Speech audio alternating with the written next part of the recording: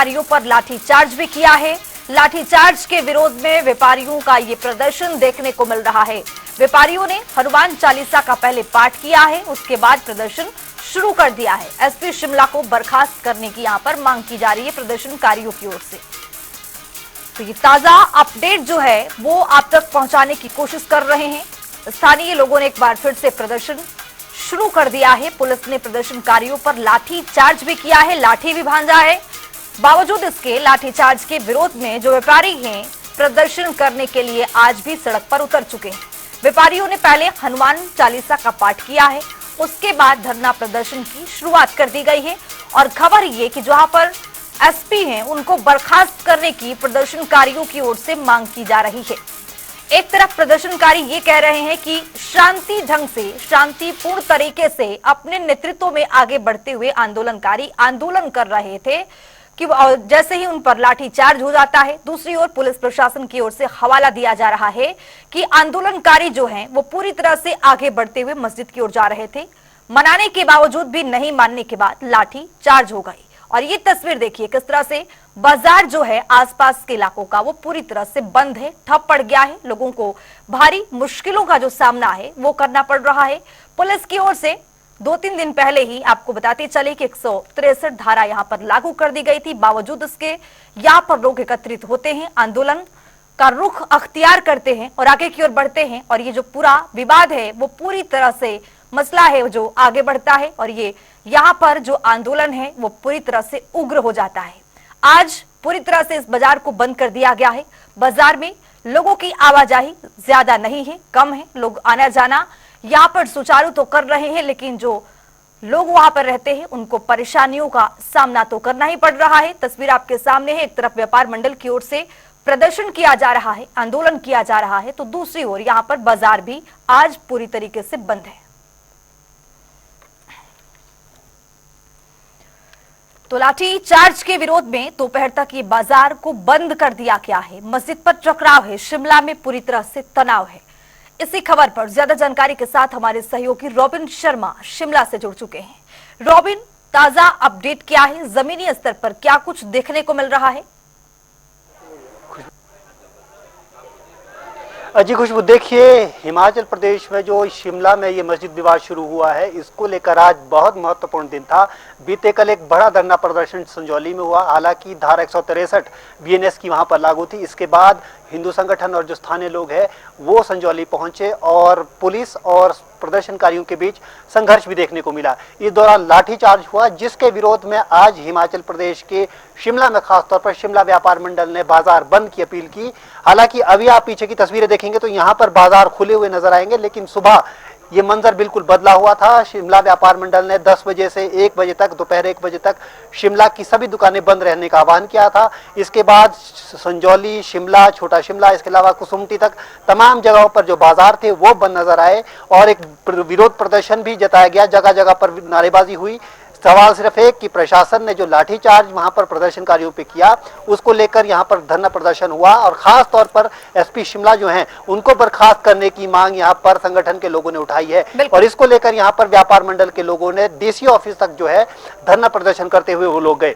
इसके बाद यहाँ की दिलचस्प मोड़ आज कई पूरे प्रकरण में देखने को मिले। पहले ये पूरा प्रकरण हुआ, सुबह धरना प्रदर्शन हुआ। उसके बाद एक अहम मोड़, इस दिलचस्प मोड़ इस पूरे मामले में ये आया कि जो मस्जिद कमेटी के लोग हैं, यहाँ पर संजौली मस्जिद कमेटी के लोग, इसमें वहाँ के पूर्व अध्यक्ष और वहाँ के जो मौलवी हैं वो आज एमसी कमिश्नर के दफ्तर पहुंचे और उन्होंने एक ज्ञापन जो है वो एमसी कमिश्नर को सौंपा। इसमें 2 महत्वपूर्ण मांगे की गई थी। पहला मांग कि जो अवैध हिस्सा है उसको अगर नगर निगम चाहे तो तुरंत सीज कर ले, और दूसरा कि अवैध हिस्सा जो भी है इस पूरे मस्जिद में उसे वो स्वयं से हटाने के लिए तैयार है अगर नगर निगम उन्हें इजाजत देता है।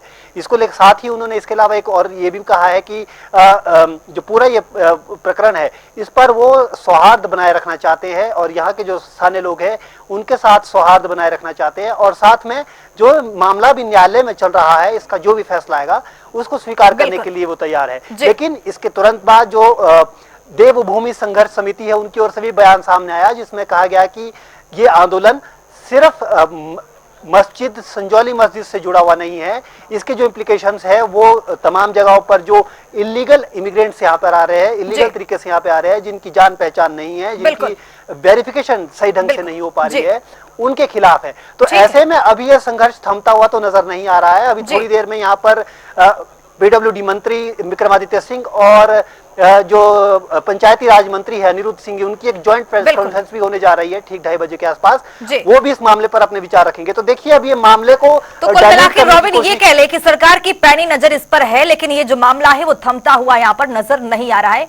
पर रॉबिन, एक तरफ जो कमेटी के सदस्य हैं, मस्जिद कमेटी के सदस्य, वो एमसी कमिश्नर को आज ज्ञापन सौंपने के लिए गए हुए थे। एक तरफ एमसी कमिश्नर ने मस्जिद कमेटी का जो पत्र आया है उन्होंने उनका स्वागत किया है। ये दोनों जो तालमेल है वो किस तरह से देखने को मिल रहा है? जी बिल्कुल, देखिए अब मस्जिद पक्ष की ओर से भी पैरवी की जा रही है, पहल की जा रही है।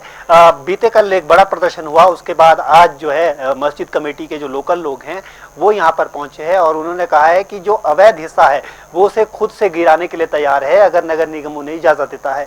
और दूसरा, क्योंकि लंबे समय से जो हिंदू संगठन है वो जब तक मामला न्यायालय में है इस पूरे मस्जिद को सीज करने की बात कर रहे थे, सील करने की बात कर रहे थे।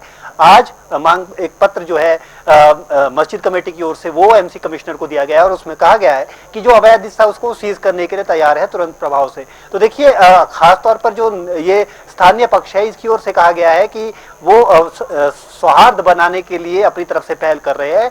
हालांकि दूसरी ओर इसके बाद जो है क्षेत्रीय जो देवभूमि संघर्ष समिति है उसकी ओर से भी यहाँ पर बयान सामने आया है जिसमें कहा गया है कि ये मामला सिर्फ अवैध मस्जिद संजौली से जुड़ा हुआ नहीं है, इसके अलावा प्रदेश भर में इस तरह के मामले हैं और साथ में जो बाहर से जो लोग आ रहे हैं जिनकी पहचान नहीं है उनकी पहचान ठीक तरह से हो, उनकी वेरिफिकेशन ठीक ढंग से हो, इससे जुड़ा हुआ मामला है। ऐसे में फिलहाल अभी ये संघर्ष थमेगा या नहीं इस पर विचार किया जाएगा, जिसके बाद आगे की रणनीति जो है देवभूमि संघर्ष समिति फैसला करेगी।